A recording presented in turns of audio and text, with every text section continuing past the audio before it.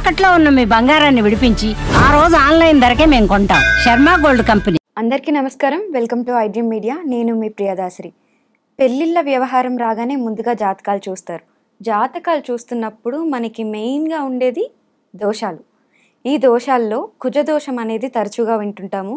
అబ్బాయికి కుజదోషం ఉందనేసి, అమ్మాయికి కుజదోషం ఉందనేసి, దీనికి ఎటువంటి చర్యలు తీసుకోవాలి, నెక్స్ట్ ఏం చేయాలనే దానిపైనే పెళ్ళిళ్ళు చాలా వరకు డిలే అవుతూ ఉంటాయి.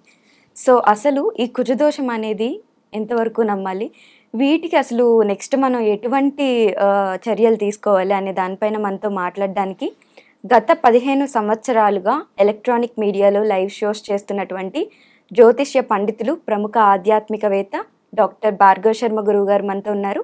ఆయనతో మాట్లాడి మరిన్ని విషయాలు తెలుసుకుందాం. నమస్తే గురువుగారు. వందే మాతరం.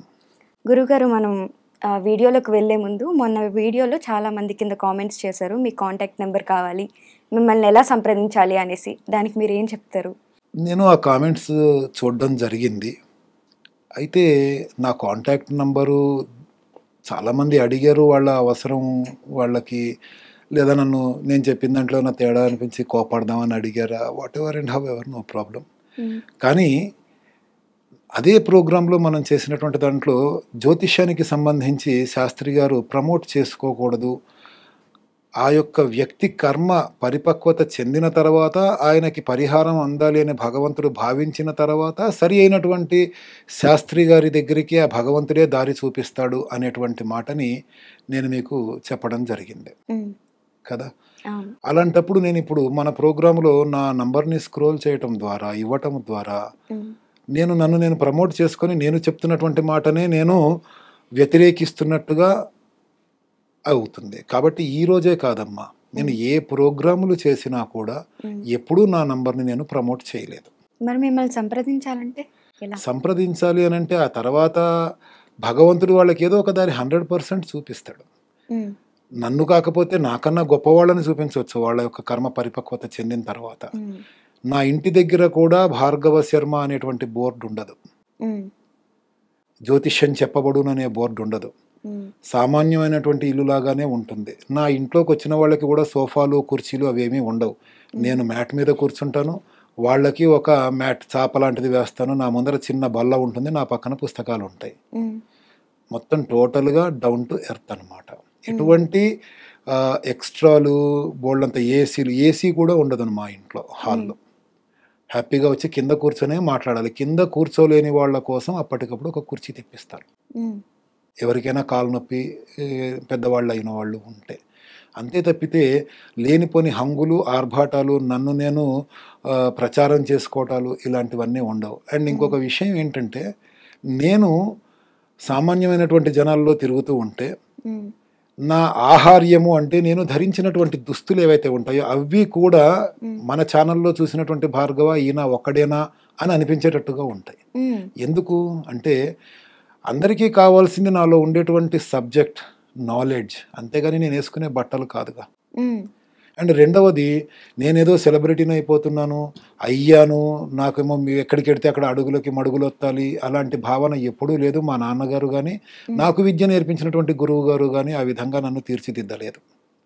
నన్ను ఈ విధంగా తీర్చిదిద్దారు. కాబట్టి ఛానల్లో మనకి కామెంట్స్లో చాలామంది అడిగినటువంటి విషయం నంబర్లు కావాలి అని. కాకపోతే ఏంటంటే అందరికీ కూడా వినమ్రంగా నమస్కరించి క్షమించమని చెప్పి అడుగుతూ నేను చెప్తున్నటువంటి మాట ఏంటి అని అంటే, మీకు అవకాశం వచ్చినప్పుడు, మీకు అవసరం అని భగవంతుడు తలిచినప్పుడు ఏదో ఒక రకంగా నన్ను కానీ, నాకన్నా ఇంకా గొప్పవాళ్ళు ఎంతోమంది మేధావులు ఈ శాస్త్రంలో పరిశోధనలు చేసిన వాళ్ళు ఉన్నారు, వాళ్ళ దగ్గరికి కానీ మీకు ఒక దారి చూపించేటువంటి పరిస్థితిని ఆ భగవంతుడే కల్పిస్తాడు.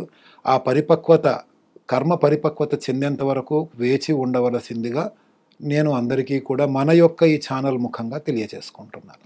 అది విషయం. ఈ రోజుల్లో కూడా మీలాంటి వాళ్ళు ఉన్నారంటే అసలు నమ్మబుద్ధి కావట్లేదు. అమ్మా, I was with education department. I join my duty 8th August 1991. 2001లో నేను జాబ్ రిజైన్ చేశాను.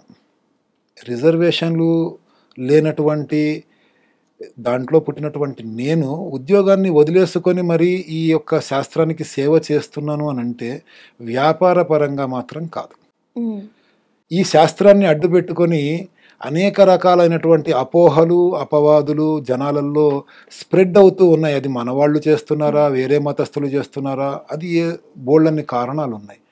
కనీసం నేను ఒక్కడైనా సరే ఎటువంటి లాభాపేక్ష లేకుండా నా జీవితం గడవడం కోసం మాత్రమే సంపాదిస్తూ, నా కుటుంబాన్ని పోషించుకోవడానికి మాత్రమే సరిపడినంత సంపాదిస్తూ ఈ యొక్క జ్యోతిష్య శాస్త్రం మీద ఉండేటువంటి అపోహలని పోగొట్టాలి, వాటిని తొలగించాలి జనాలలో. కనీసం అంటే చెప్తే అతిశయోక్తిగా ఉంటుందేమో కానీ ప్రపంచం మొత్తానికి వెలుతురుని చూపించడానికి నేను సూర్యుడిని కాదు. నా చుట్టూ ఉన్న నలుగురికి వెలుతురుని చూపించడానికి నేను ఒక చిన్న దీపాన్ని. ఆ నలుగురికి వెలుతురుని చూపిస్తే చాలు, భగవంతుడు నాకు ఇచ్చినటువంటి జన్మకి సార్థకత ఏర్పడుతుంది అనేటువంటి నమ్మకంతో ఉన్నటువంటి వాడిని. కాబట్టి నేను బ్రతకడానికి సంపాదిస్తున్నాను తప్ప సంపాదించడానికే బ్రతకట్లేదు. కాబట్టి ఆ భగవంతుడు ఎప్పుడు దారి చూపిస్తే అప్పుడు ఆయన చూపించినటువంటి దారిలో వెళ్ళండి. కాకపోతే నేను ఈ విషయాలు జనాలందరికీ చెప్పడానికి కారణం ఏంటి అని అంటే, ఎవరిని నమ్మాలి, ఎలాంటి వాళ్ళని నమ్మాలి, ఎలాంటి వాళ్ళని నమ్మకూడదు, వాళ్ళకి ఒక అవగాహన ఏర్పడుతుంది కాబట్టి చెప్పడం జరిగిందమ్మా. చాలా చక్కగా చెప్పారు. అలానే మరి కుజదోషం విషయానికి వస్తే అసలు దీన్ని ఎంతవరకు నమ్మాలి? పెళ్ళి అనగానే మనకి మెయిన్గా ఇలాంటి పదాలే ఎక్కువ వింటుంటాం. కుజదోషం అనేది ఎక్కువ తరచుగా వింటుంటాము. దీనికి ఎటువంటి పరిహారాలు ఉంటాయి? జ్యోతిష్య శాస్త్రంలో అసలు దోషము అనేటువంటి మాటని మనం మాట్లాడకూడదు. అన్నీ యోగాలే. అవి మనకి ప్రతికూలమైనటువంటి యోగము, అనుకూలమైనటువంటి యోగములుగానే చెప్పబడతాయి కానీ దోషాలు అనేటువంటి మాటని ఎక్కువగా ఉపయోగించరు. కానీ దోషము అని అనకపోతే సామాన్య జనాలకి అర్థం కాదు కాబట్టి వాళ్ళకి అర్థం అవ్వడం కోసము దోషం అనేటువంటి పదాన్ని ఉపయోగించడం జరుగుతుంది. కుజుడు అంటే అంగారకుడు. కేవలం ఇప్పుడు చాలామంది ఏంటంటే పెళ్లి కావట్లేదు, లేట్ అయింది, అమ్మాయికో అబ్బాయికో పెళ్ళవడానికి లేట్ అయింది అంటే కుజదోషం ఉంది అని ఊహించేసుకొని కుజుడికి ఏదో శాంతి కార్యక్రమాలు చేయించేస్తూ ఉంటారు. కానీ వివాహము కాకపోవడానికి కారణం కేవలం కుజుడు మాత్రమే కాదు. కుజుడు కేవలం వివాహానికి మాత్రమే కాకుండా అప్పులు అండ్ స్థిరాస్తులు, భూములు, బంగళాలు, దెబ్బలు తగలటాలు, అనారోగ్యాలు, కాళ్ళు చేతులు తల వీటికి ఎముకలకి సంబంధించినటువంటి అనారోగ్యాలు కానీ అవి మల్టిపుల్ ఫ్రాక్చర్ అవ్వటము, యాక్సిడెంట్స్ అవ్వటము, వీటన్నింటికీ కూడా కారణము కుజుడు. ఆ అంగారకుడు అనేటువంటి వాడు ప్రతికూలమైనటువంటి స్థానంలో ఉంటే ఇలాంటి ప్రభావాలు కనిపిస్తూ ఉంటాయి. అలాగే అంగారకుడు అనుకూలమైన స్థానంలో ఉంటే ఈ యొక్క ప్రతికూలమైన ఫలితాలు కాకుండా అనుకూలమైనటువంటి ఫలితాలు కనిపిస్తూ ఉంటాయి. అయితే అందులో అంగారకుడు ఇచ్చేటువంటి అంటే కుజుడు ఇచ్చేటువంటి ఫలితాలలో వైవాహిక జీవితానికి సంబంధించినటువంటి ఫలితాలు కూడా ఉంటాయి. ఆ అంగారకుడు ఉండే స్థానాన్ని బట్టి ప్రతికూలమా అనుకూలమా అనేటువంటిది మనము నిర్ణయించాల్సి వస్తుంది. అంతేకాని పెళ్లి కాకపోయేటప్పటికీ కుజుడే కారణము అనేటువంటి భావనకి మాత్రం రాకూడదు. ముఖ్యంగా కుజదోషము అంటే కుజుడు జన్మించిన లగ్నములో కానీ, కుజుడు జన్మించిన లగ్నం కాదు, కుజుడు ఆ వ్యక్తి యొక్క జన్మించిన లగ్నములో కానీ, లగ్నము నుంచి 2వ స్థానములో, 4వ స్థానములో, 7వ స్థానములో, 8వ స్థానములో, 12వ స్థానములో ఉన్నటువంటి పరిస్థితులలో అంగారకుడు దోషయుక్తుడవుతాడు అని చెప్పి శాస్త్రం చెప్తుంది. ఏ శాస్త్రం అయితే ఈ లగ్నము 2, 4, 7, 8, 12 ఈ స్థానాలలో అంగారకుడు ఉంటే దోషం అని చెప్పి చెప్తుందో అదే శాస్త్రము దానికి ఇంకా లోతైనటువంటి విశ్లేషణని కూడా ఇచ్చింది. అంటే జ్యోతిష్య శాస్త్రములో జాతకములో ఉండేవే 12 లగ్నాలు. 12 లగ్నాలలో 6 స్థానాలలో అంగారకుడు ఉంటే దోషము, వివాహానికి కష్టము అనేటువంటి మాట కనిపిస్తుంది అని అంటే మిగతా 6 స్థానాలు మాత్రమే మిగులుతున్నాయి. కొన్ని కోటాను కోట్ల మంది జాతకాలు భవిష్యత్తులు దాని మీద బేస్ చేసుకొని ఉన్నాయి. కాబట్టి దీన్ని కూలంకషంగా పరిశీలించవలసినటువంటి అవసరం ఉంది.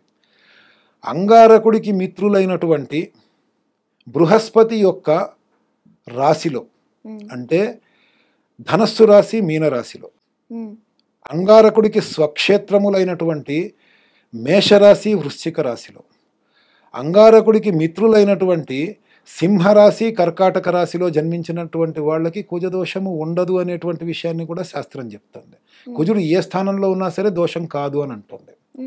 అంతేకాకుండా జాతకములో అంగారకుడి యొక్క స్థితిని బృహస్పతి చూస్తున్నా, అంగారకుడు బృహస్పతి కలిసి ఉన్న, పరస్పరము ఒకళ్ళనొకళ్ళు చూసుకుంటూ ఉన్నా, అంగారకుడి దృష్టి బృహస్పతి మీద ఉన్నా, అంగారకుడు వచ్చేసి బృహస్పతి స్థానాలలో ఉన్నా అంటే ధనస్సు రాశిలో కానీ మీనరాశిలో కానీ ఉన్నా కుజదోష ప్రభావం ఉండదు అనేటువంటి మాటని చెప్తున్నాయి. అలాగే 27 నక్షత్రాలలో దాదాపుగా ఒక 12-13 నక్షత్రాలలో జన్మించినటువంటి వాళ్ళకి కుజదోష ప్రభావం ఉండదు. ఆ నక్షత్రాలన్నీ కూడా మేషరాశికి, వృశ్చిక రాశికి, సింహరాశికి, కర్కాటక రాశికి, ధనస్సు రాశికి, మీనరాశికి సంబంధించినటువంటి నక్షత్రాలు అయి ఉంటాయి. వాటికి కూడా మనం చాలా సూక్ష్మంగా, చాలా లోతుగా విశ్లేషించుకుంటూ వెడితే ఏ నక్షత్రములో ఉన్న వాళ్ళకి ఏ స్థానములో కుజుడుంటే ప్రభావం ఉండదు, అండ్ అలాగే లగ్నములో కుజుడుంటే ప్రభావం ఏంటి, 2లో ఉంటే ప్రభావం ఏంటి, 4లో ఉంటే ప్రభావం ఏంటి, 7లో ఉంటే ప్రభావం ఏంటి, 8లో ఉంటే ప్రభావం ఏంటి, 12లో ఉంటే ప్రభావం ఏంటి, ఈ ప్రభావాలన్నీ కూడా చెప్పడం జరిగింది. కొన్ని స్థానాలలో ఉంటే అంగారకుడు వివాహం ఆలస్యం అవుతుంది, కొన్ని స్థానాలలో అంగారకుడు వివాహం తొందరగానే చేస్తాడు కానీ భార్యాభర్తల మధ్యన వియోగాన్ని సృష్టిస్తాడు. కొన్ని స్థానాలలో విడిపోవటాన్ని సృష్టిస్తూ ఉంటాడు. కొన్ని స్థానాలలో భార్యకి సేవ చేసేటువంటి పరిస్థితిని ఆరోగ్యరీత్యా ఆవిడ అనారోగ్య పాలు చేసేసి భర్త ఎప్పుడూ భార్య యొక్క అనారోగ్యాన్ని తలుచుకుంటూ బాధపడేటువంటి స్థితిని కల్పిస్తూ ఉంటాడు. కాబట్టి కేవలం అంగారకుడి మూలంగా మాత్రమే వివాహాలు ఆలస్యం అవుతాయి అనేటువంటిది అపవాదు. దానికి ఇంకా వేరే కారణాలు కూడా ఉంటాయి వివాహం ఆలస్యం అవడానికి. ఏంటంటే సరి అయినటువంటి గ్రహ బలము లేకపోవటము వివాహం సమయానికి. రెండవది అంటే గ్రహ బలం అంటే బృహస్పతి యొక్క బలము కూడా ఉండాలి వివాహానికి. అండ్ రెండవది కాలసర్ప దోషము, వాటి యొక్క ప్రభావాలు. ఆ సమయంలో వివాహం చేద్దాము అని అనుకున్నటువంటి సమయంలో ఆ యొక్క వ్యక్తికి, పెళ్లి చేసుకోవాలనుకున్నటువంటి వ్యక్తికి మహర్దశ, అంతర్దశ, సూక్ష్మంతర్దశ, గోచార రీత్యా ఫలితాలు ఎలా ఉన్నాయి, ఇవన్నీ కూడా ఇంపాక్ట్ చూపిస్తూ ఉంటాయి. వాటిని అన్నింటినీ కూడా సరి అయినటువంటి విధంగా గణన చేస్తేనే కానీ వివాహానికి సంబంధించి మనం పూర్తి స్థాయిలో ఏది నిర్ధారణగా చెప్పలేము. ఓకే, ఇందాక కొన్ని రాశులు చెప్పారు కదా మీరు, సింహరాశి, మీనరాశి, ఈ రాశిలో ఉన్న వాళ్ళకి కుజదోషం ఉండదు అనేసి. ఒకవేళ వేరే వాళ్ళకి జాతకాలు ఎప్పుడన్నా చూపించుకున్నప్పుడు ఆ రాశి వాళ్ళకి కుజదోషం ఉంది అని చెప్తే ఒకటి ఏంటంటే 2 రకాలుగా ఆలోచించాలమ్మాయి. ఒకటి, ఈ యొక్క వ్యక్తికి ఇంకా కర్మ పరిపక్వత చెంది సరి అయినటువంటి సిద్ధాంతి గారి దగ్గరికి వెళ్ళలేదని అనుకోవచ్చు, లేదా సిద్ధాంతి గారు పూర్తిగా దీని గురించి తెలుసుకోకుండానే చెప్తున్నారు అని అనుకోవచ్చు. ఇంతే అయి ఉంటుంది. మరి దీనికి పరిహారాలు ఏముంటాయి నిజంగా కుజదోషం ఉంది అంటే?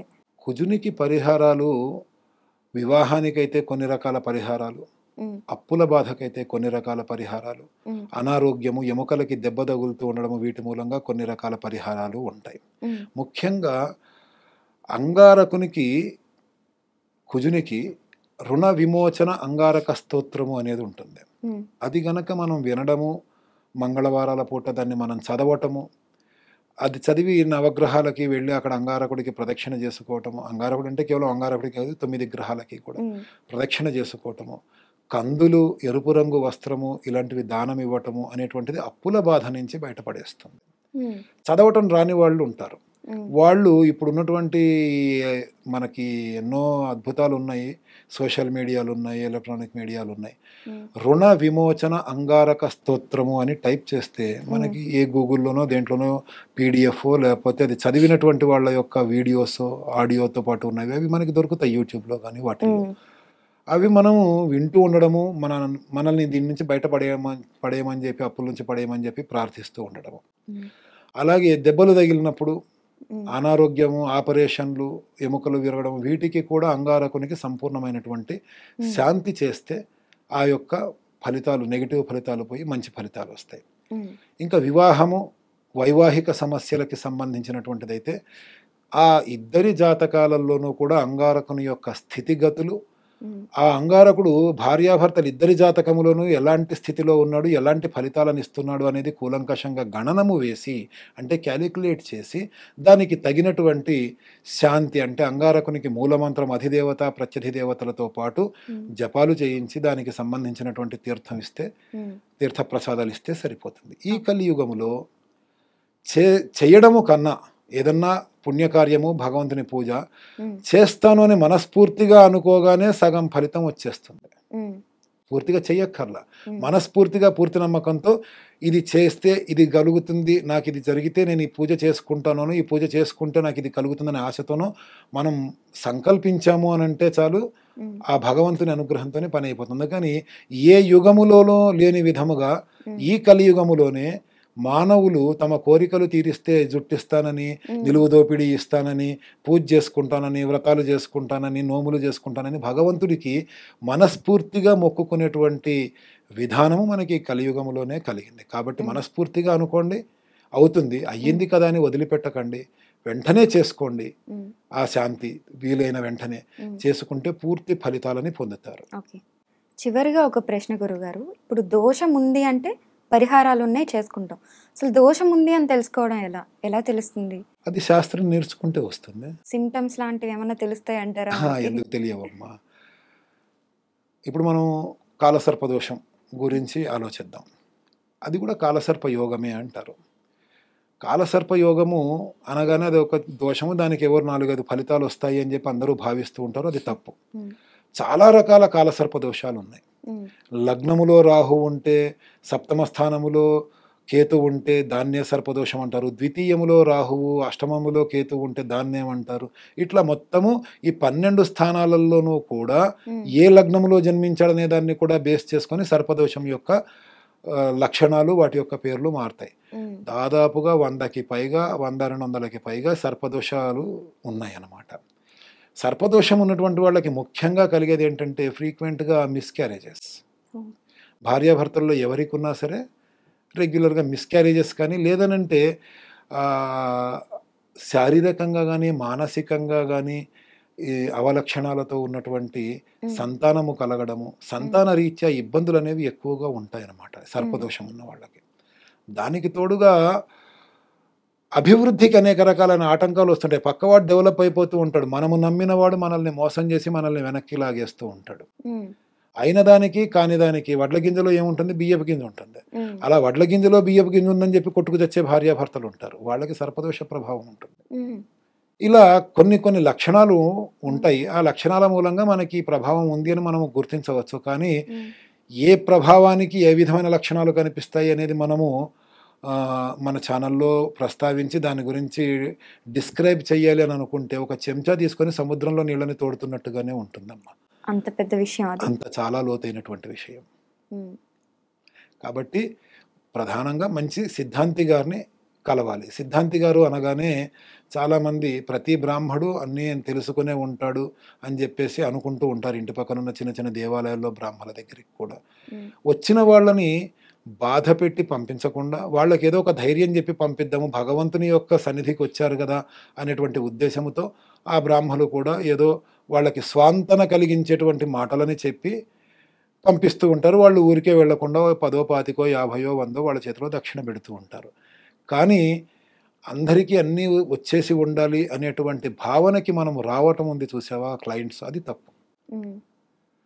ఆయన అర్చకుడు, దేవుణ్ణి అర్చన చేసేటువంటి విధానాన్ని పూర్తిగా తెలుసుకున్నటువంటి వ్యక్తి. మన ఇంటికి కార్యక్రమాలు చేయడానికి, వ్రతాలు, పెళ్ళిళ్ళు, నోములు ఇవి చేయడానికి వచ్చేటువంటి వ్యక్తి పురోహితుడు. పురజనులకి హితవు చెప్పేవాడు కాబట్టి పురోహితుడు.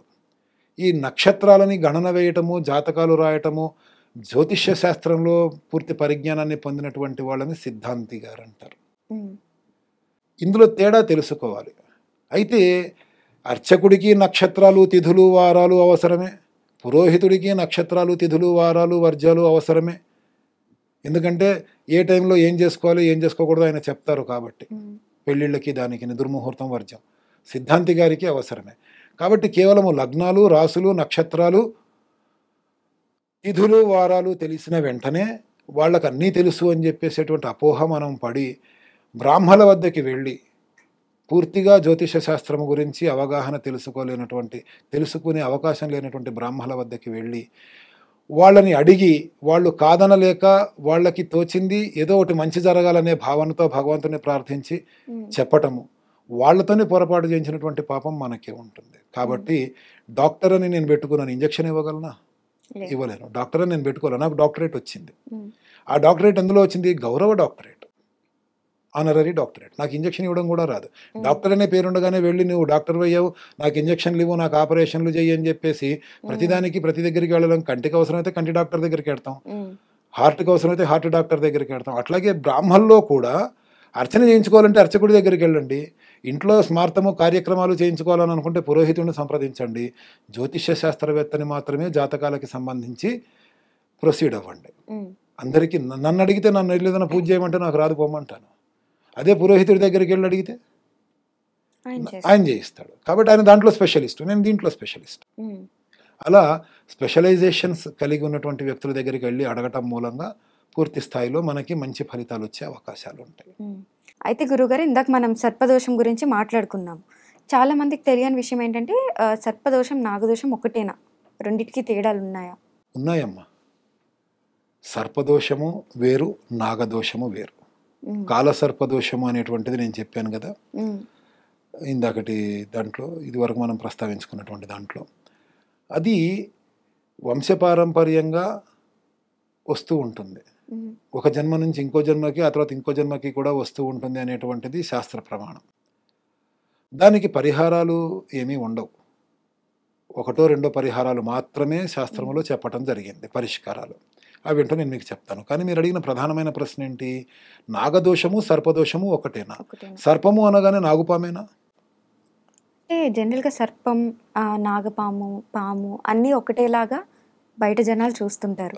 సో అన్ని దోషాలు ఒకటే ఏమో అని ఒక అపోహ ఉంది. అందుకని నేను మిమ్మల్ని ఒక క్వశ్చన్ అడుగుతున్నానమ్మా, మీ ద్వారా జనాలని, ప్రజలను అడుగుతున్నాను.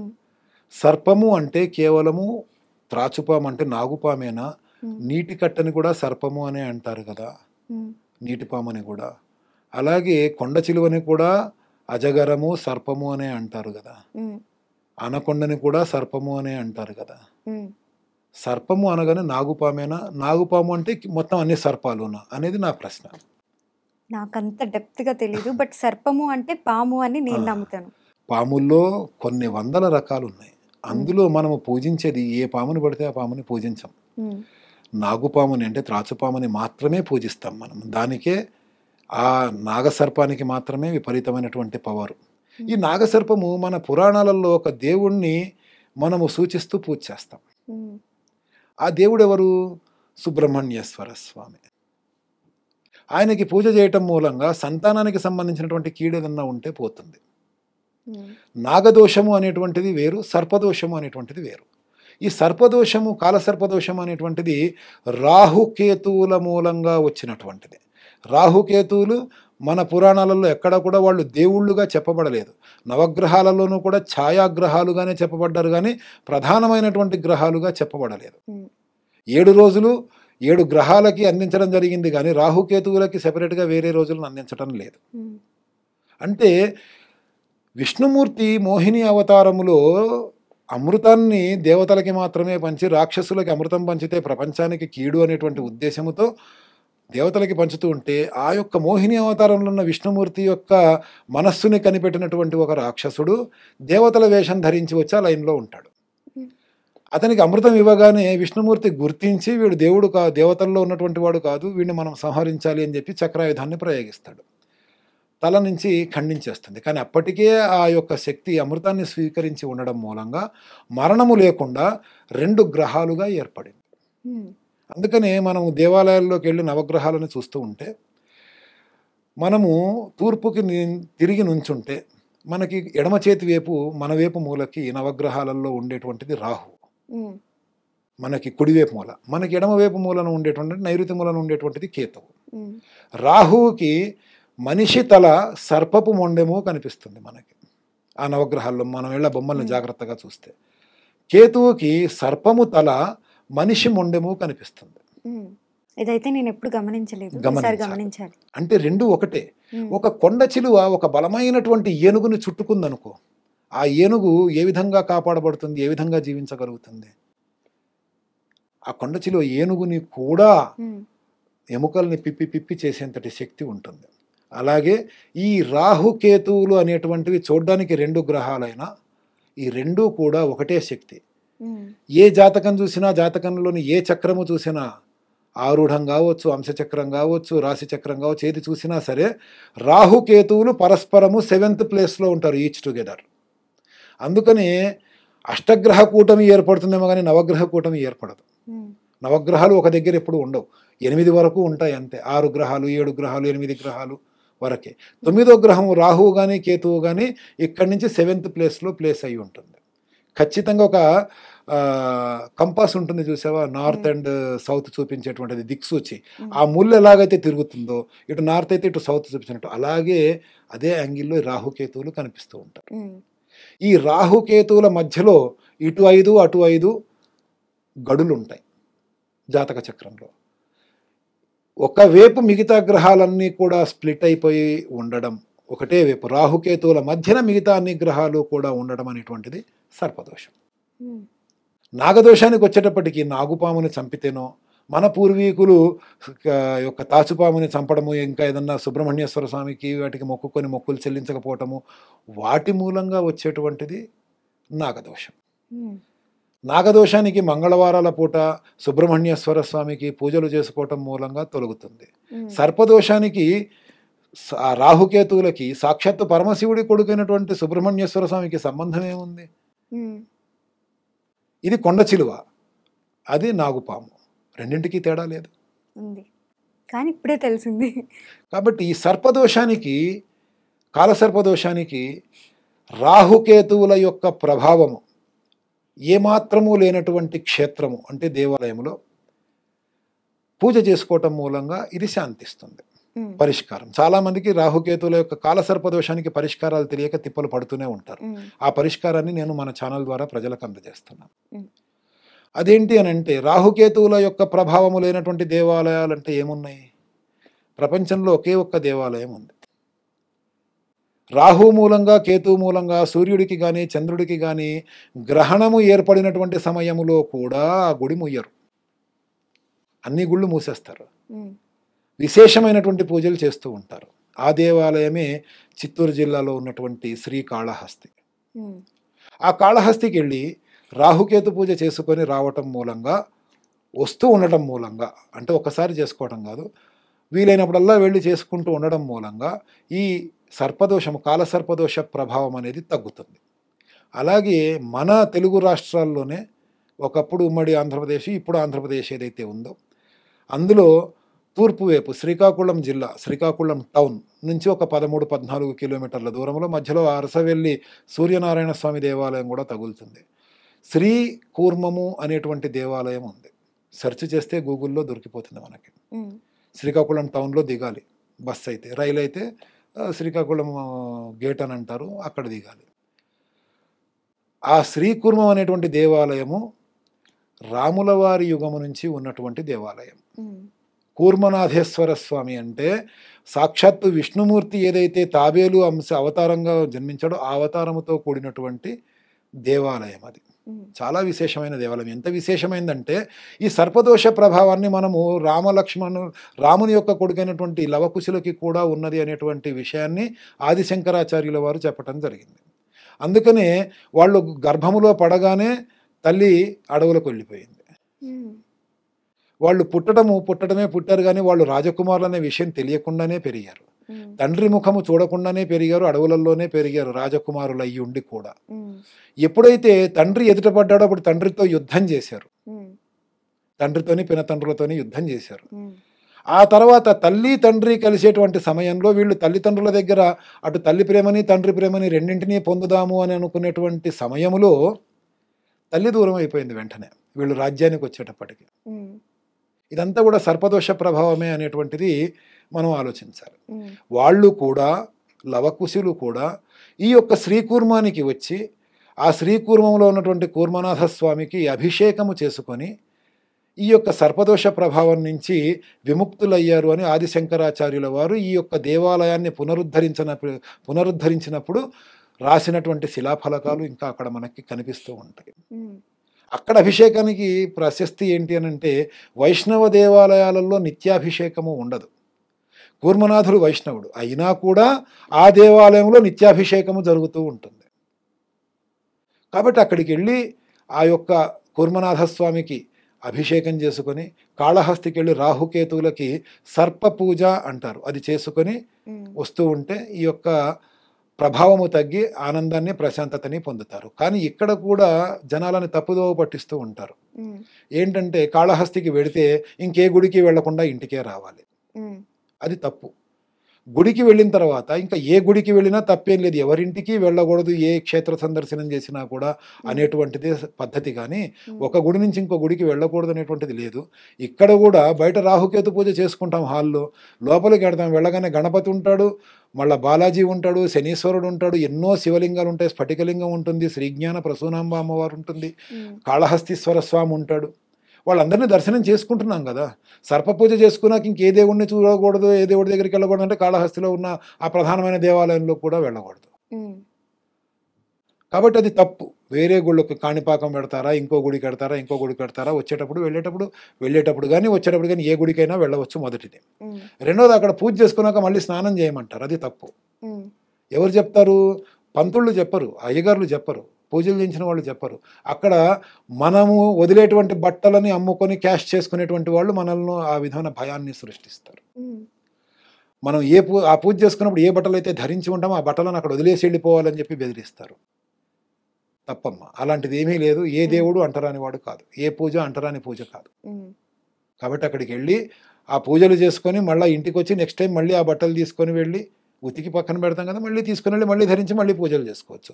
ఇలాంటి మూఢనమ్మకాలకి అపోహలకి దూరంగా ఉండి కాళహస్తికి వెళ్ళి పూజ చేసుకోవడం, అది కూడా పరగడుపున, కడుపులో ఆకలి అనేటువంటి మాట మనకి అర్థమయ్యే కన్నా ముందే పూజ చేసుకొని బయటికి రావటం మంచిది. రాహుకాలాలు, కేతుకాలాలు అంటూ ఎదురు చూడవలసిన అవసరం లేదు.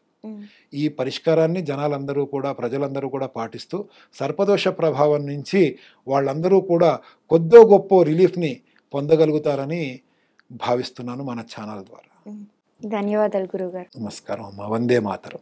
సో చూసారు కదా, మీకు కానీ ఏమైనా సందేహాలు ఉన్నట్లయితే మాకు కామెంట్స్ రూపంలో తెలియజేయండి.